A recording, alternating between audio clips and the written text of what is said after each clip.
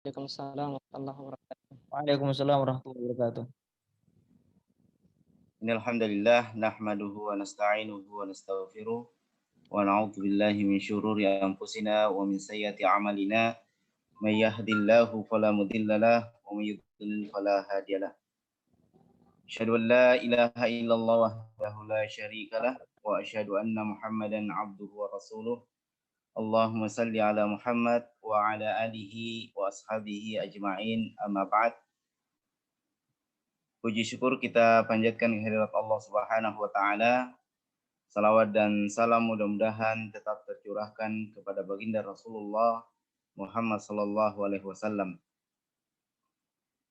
Ikhwas sekalian, alhamdulillah pada malam hari ini di akhir semester ganjil ya penghujung sekali karena seperti tadi disampaikan besok pagi sudah resmi untuk liburan semester ganjil ya.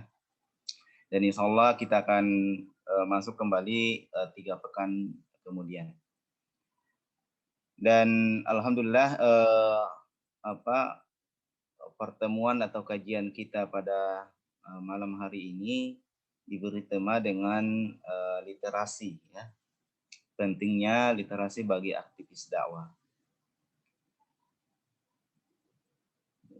Dan mudah-mudahan ini hanya sebagai sebagai pengantar tentang literasi ini dan urgensinya bagi antum semua sebagai calon duat, sebagai mahasiswa dan sekaligus sudah menjadi dai ya di tengah-tengah masyarakat.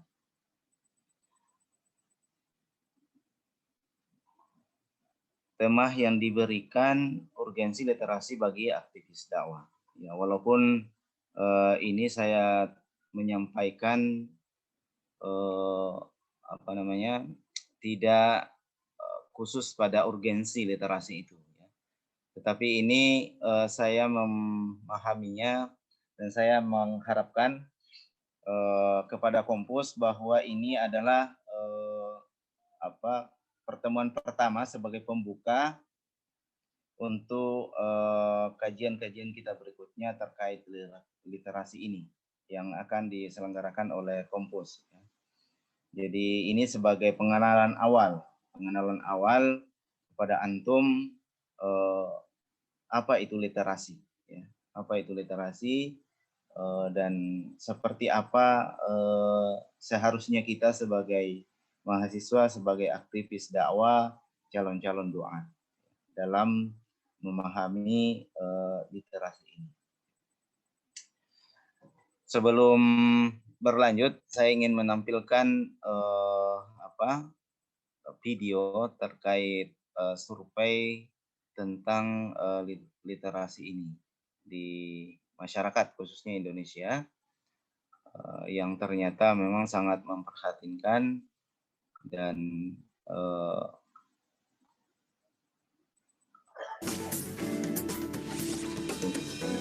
belum sesuai harapan ya. Pada kemampuan nalar yang mencakup daya pikir logis dan yang berkaitan erat dengan literasi. Laporan UNESCO untuk tahun 2006 tentang literasi dunia menyebut hak literasi sebagai bagian esensial dari hak pendidikan. Terpenuhinya hak literasi memungkinkan kita mengakses sains, pengetahuan dan juga teknologi. Nah, sayangnya minat membaca masyarakat Indonesia ini masih terbilang sangat rendah. Literasi masih banyak yang berparadigma pada kemampuan membaca dan menulis semata. Dan upaya menumbuhkan kesadaran literasi bangsa Indonesia akan menjadi fokus bahasan kita dalam Insight malam ini. Bersama saya, Desi Anwar.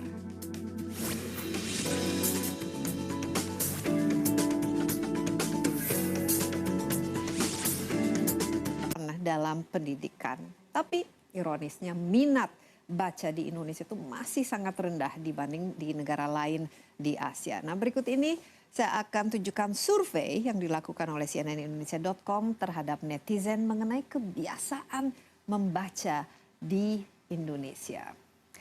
Hasil survei itu menunjukkan 39% responden menyatakan membaca buku itu menjadi kebiasaan rutin. Jadi hanya 39%. Sementara 47% mengatakan bahwa hanya terkadang membaca. Sementara 14% tidak rutin membaca buku. Sementara itu buku fisik itu juga masih menjadi pilihan utama bagi pembaca. Ada 67% yang mengatakan lebih suka membaca buku fisik, sementara 33% membaca buku digital.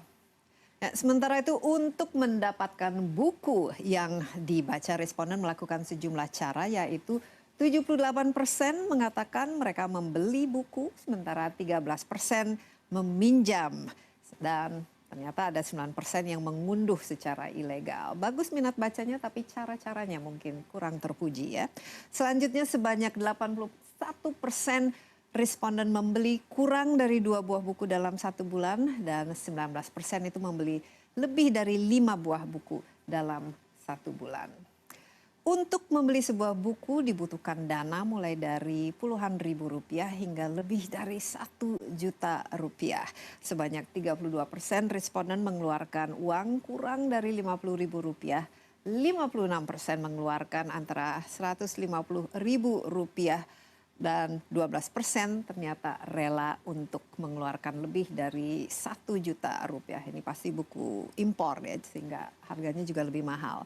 Kebiasaan membaca buku berbahasa Inggris memang masih sangat kecil dibanding buku berbahasa Indonesia. 80% responden lebih sering membaca buku berbahasa Indonesia, sedangkan buku berbahasa Inggris hanya 20%. Mungkin faktor mahal atau tidaknya ini menjadi alasan ya. Dan dari berbagai jenis buku, ternyata buku fiksi yang paling banyak disukai oleh para responden, di mana 63% mengatakan lebih menyukai buku fiksi, sementara 37% menyukai buku non-fiksi. Dan untuk tema buku, tema petualangan disukai oleh 42% responden, buku motivasi atau panduan sebesar 20% responden yang menyukainya, sementara tema-tema seperti percintaan 19% dan 15% menyukai buku yang sifatnya lucu-lucu atau komedi. Penggunaan bahasa yang tidak baku dalam sebuah buku juga dapat berdampak terhadap pembacanya. Kita lihat 28% merasa terganggu oleh bahasa yang tidak baku. Ya pemirsa, memang membaca sudah seharusnya menjadi budaya untuk memenuhi kebutuhan informasi dan juga memperkaya wawasan kita. Apa dan bagaimana upaya yang dapat dilakukan oleh pemerintah serta masyarakat untuk meningkatkan minat baca di Indonesia? Akan kita ulas lebih dalam sesaat lagi. Oke, baik. Kita lanjut ke ini. Itu sebagai gambaran ya. Dan ya mungkin kita semua sudah merasakan seperti apa minat baca ya. Bahkan di antara kita sebagai mahasiswa pun minat baca itu sangat rendah ya. Minat baca itu sangat rendah, sehingga ini memang jangankan untuk masyarakat umum, untuk mahasiswa saja, minat bacanya sangat rendah. Lebih spesifik lagi mahasiswa dakwah yang memang dipersiapkan dan memang sudah mengikrarkan diri untuk menjadi dai, di mana itu tidak bisa dihindarkan daripada membaca buku atau dari literasi ini. Oke, baik. Apa itu literasi? Tadi sudah sempat disebutkan. Literasi itu adalah membaca, kemudian memahami, kemudian menulis, ya. Secara garis besar ini. Adapun meluaskan, menggunakan, kemudian meneliti dan seterusnya.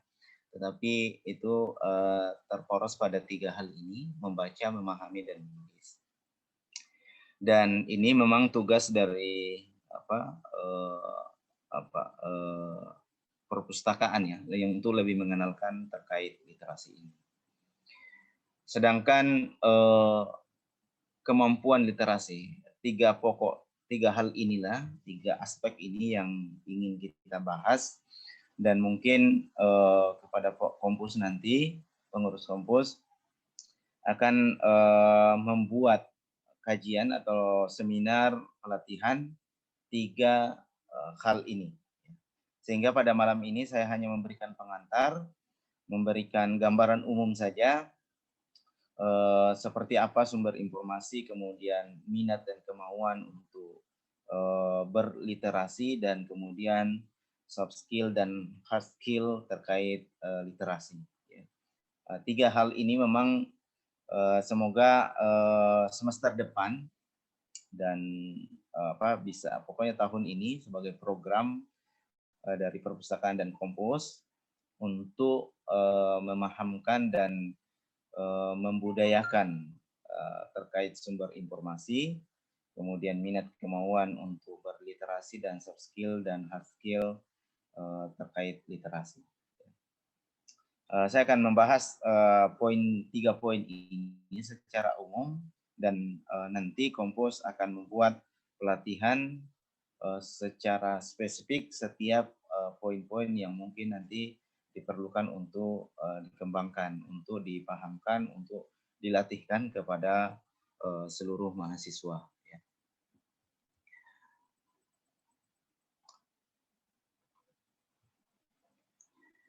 Yang pertama terkait sumber informasi perpustakaan. Jadi memang saya ini hanya menggambarkan secara umum terkait literasi, jadi tidak fokus kepada urgensi, tapi terkait urgensi literasi itu sendiri nanti akan dibahas di poin kedua, walaupun tidak terlalu mendalam, karena nanti kita akan membuat pelatihan khusus untuk itu. Sumber informasi ini adalah perpustakaan. Perpustakaan yang kita kenal sebagai pusat informasi, pusat rumahnya mahasiswa dalam meneliti, mengkaji, mencari informasi, kemudian sebagai sumber ilmu pengetahuan dan kumpulan buku informasi yang baik maupun non digital. Kita kenal perpustakaan dalam Islam, kalau melihat ini sebagai sejarah bagi kita sebagai seorang Muslim, bahwa Islam pernah mencapai keemasannya pada masa Umayyah dan Abbasiyah dalam hal literasi ini. Saya hanya menyebutkan satu perpustakaan yang pernah dibangun di Baghdad, yaitu Bait Al-Hikmah, didirikan oleh Al-Khalifah Al-Ma'mun tahun 813 sampai 833 Masehi.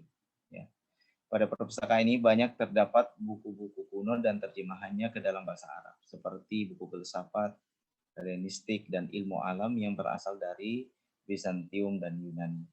Karena memang zaman Abbasiyah ini penerjemahan dari karya-karya Barat ke dalam Islam itu cukup masif. Kegiatan penerjemahan tersebut sudah dimulai oleh Khalifah Harun al-Rashid dan dilanjutkan oleh Al-Ma'mun. Perpustakaan tersebut dilengkapi dengan ruang baca, tempat menulis, tempat tidur, makanan dan minuman, kertas, alat tulis, dan tinta. Para penerjemah tersebut dibayar sangat tinggi sekali. Hasil terjemahannya mereka ditimbang dengan emas sebagai upah mereka bekerja.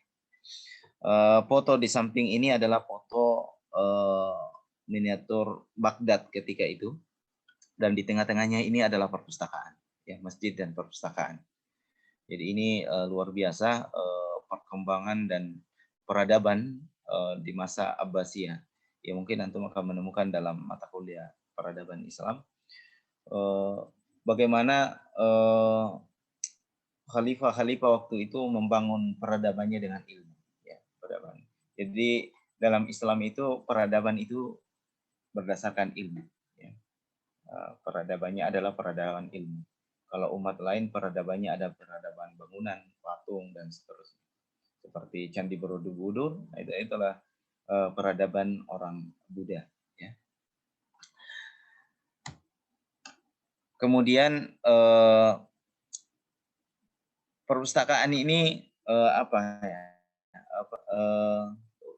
peranannya ya. Perpustakaan sebagai pusat informasi serta pembelajaran.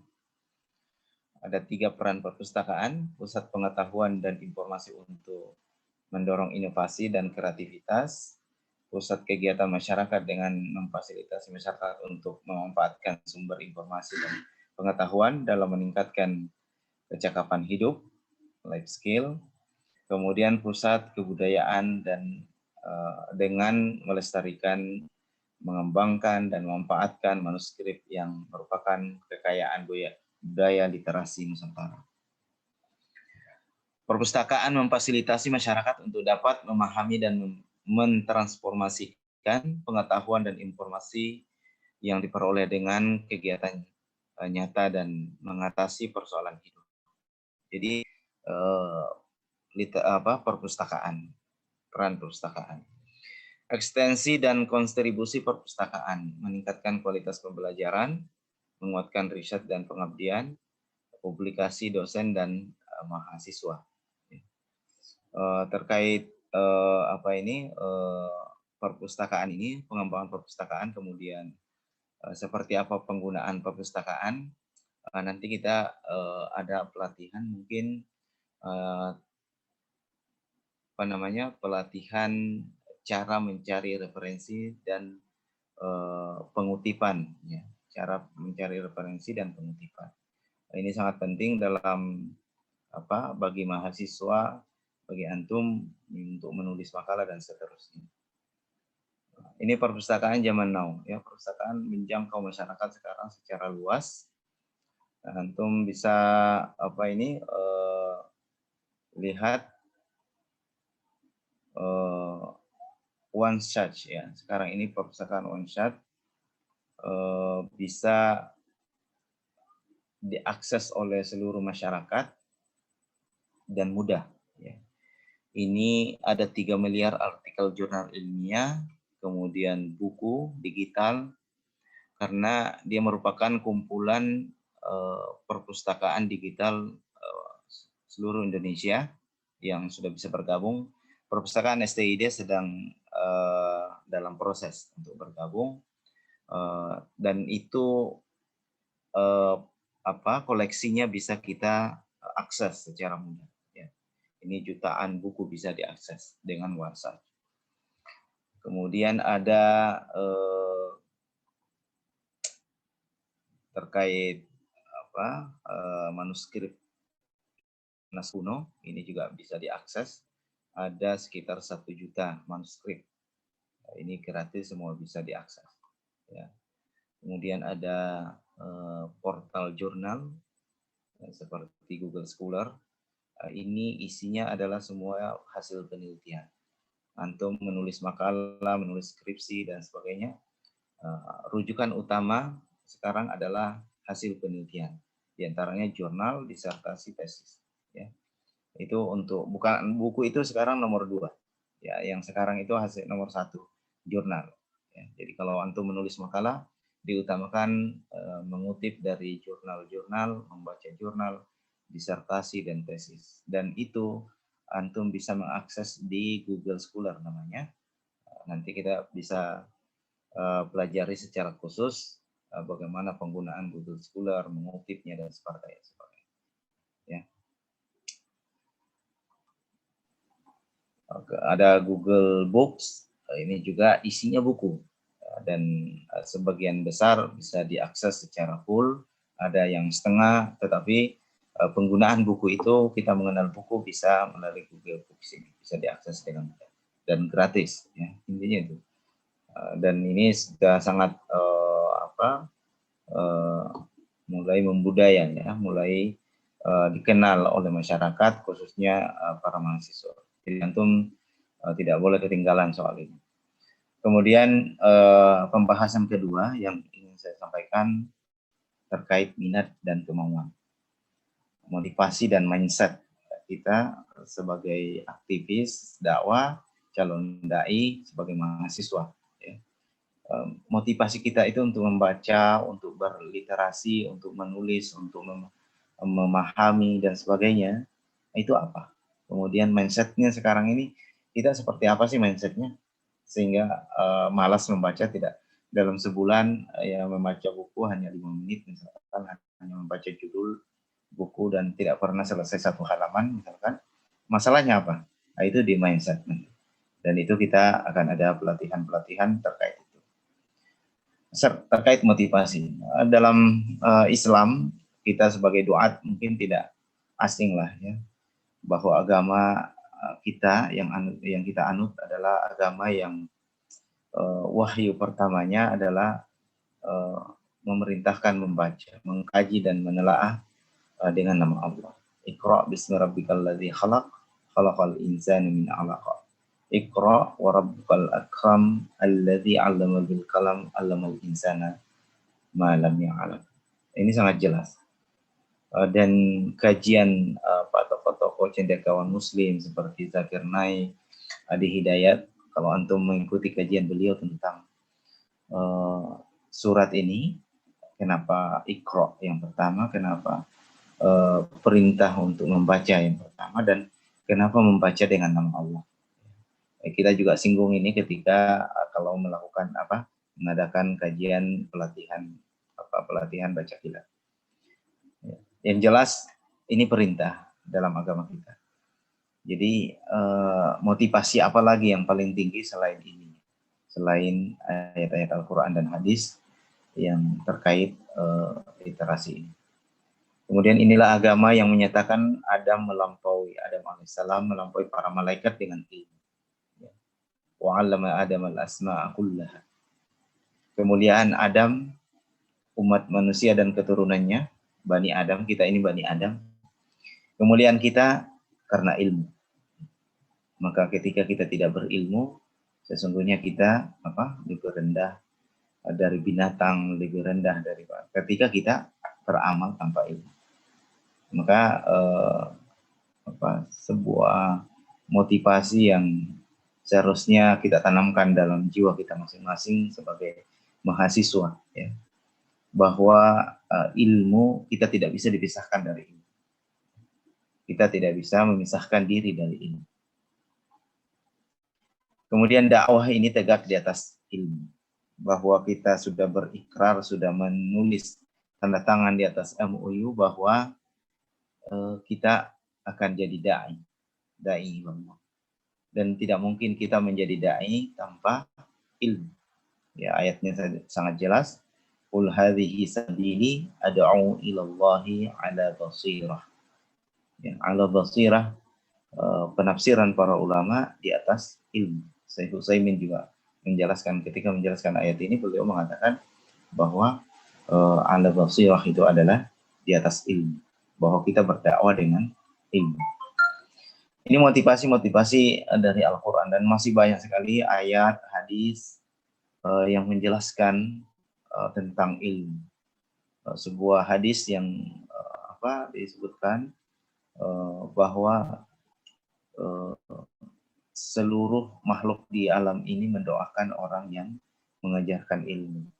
Ya. Binatang, tumbuh-tumbuhan, binatang di laut dan di udara, semuanya mendoakan orang yang mengajarkan ilmu. Itu sebuah hadis. Dan itulah motivasi-motivasi yang paling ya seharusnya menjadi pegangan kita ketika menuntut ilmu sebagai mahasiswa. Sehingga semangat kita untuk menuntut ilmu terus ada. Kita membaca urgensi manfaat ilmu, menuntut ilmu dari hadis-hadis Rasulullah, dari ayat-ayat Al-Quran, penjelasan ulama, itu akan memacu dan menguatkan semangat kita untuk menuntut ilmu.